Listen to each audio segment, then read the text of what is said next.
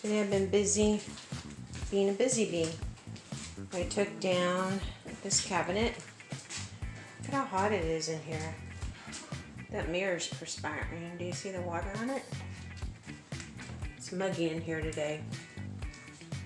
But as I took out the double vanity here today, from this part over, it's gonna have to be cut out. This looks a little water stained, but it's good. But from this part over, all of that is gonna have to be removed. I pulled back linoleum. Probably gonna have to cut it about up to here over too, because this is really crunchy. If you can hear it. But we have to put together the water lines right there. And before we put the fresh insulation, which I got a little dirty, we'll get those connected. And I have to take out the rest of the subfloor here and take out a lot of these. I don't know if you can see them. Screws. And while I'm talking, of course, you know, there's a impactor going off in the background. I can't hear myself talk. But here is the big old vanity.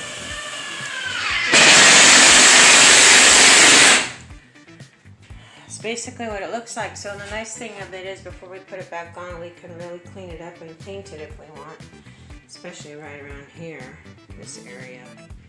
And that's where the sinks went. The sinks are over here. Gotta clean those up, put in some new faucets. They're actually good sinks, they're just dirty.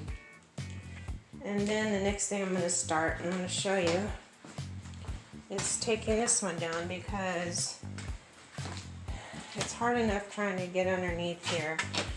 We gotta fix drywall and possible floor damage. If there's no floor damage, at least we can take out this nasty linoleum, build the shelf back up, and then put this back up.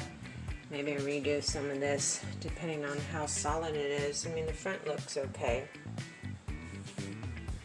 but it just makes it easier getting the back over here to fix this. So the next thing I have to do before you take the sinks is look under here, and you see the sink clips. I have to take those off. Disconnect it right here. This will actually pull up. The water lines have already been cut. I don't have to worry about that. So when I come up here, I can just pull this right off. And then unscrew, which you'll see right there. And that's a lot of roach dirt, so we'll be able to clean this up really good. But unscrew it and it'll lift right off. And leave these supports and be able to fix these supports too and clean everything up while it's on. But other than that, it's just some dirt we gotta scrape off. The counter pretty much looks salvageable. And because it does, we're just gonna clean it up real good and reuse it. Pop it back on. Same with this side. Yes, people live like this. They don't clean their counters. And then they wonder why they're sick, or they have infestation of rats and rats and roaches.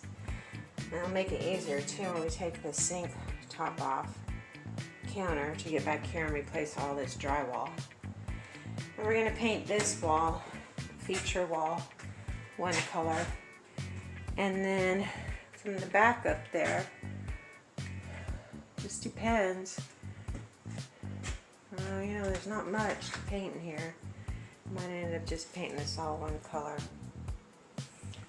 And there's a pretty green. I have some extra paint left over from another house. It's a little bit lighter than this. It was really pretty in the kitchen. I might just use that in here, so I think I can use what's left and put it in here.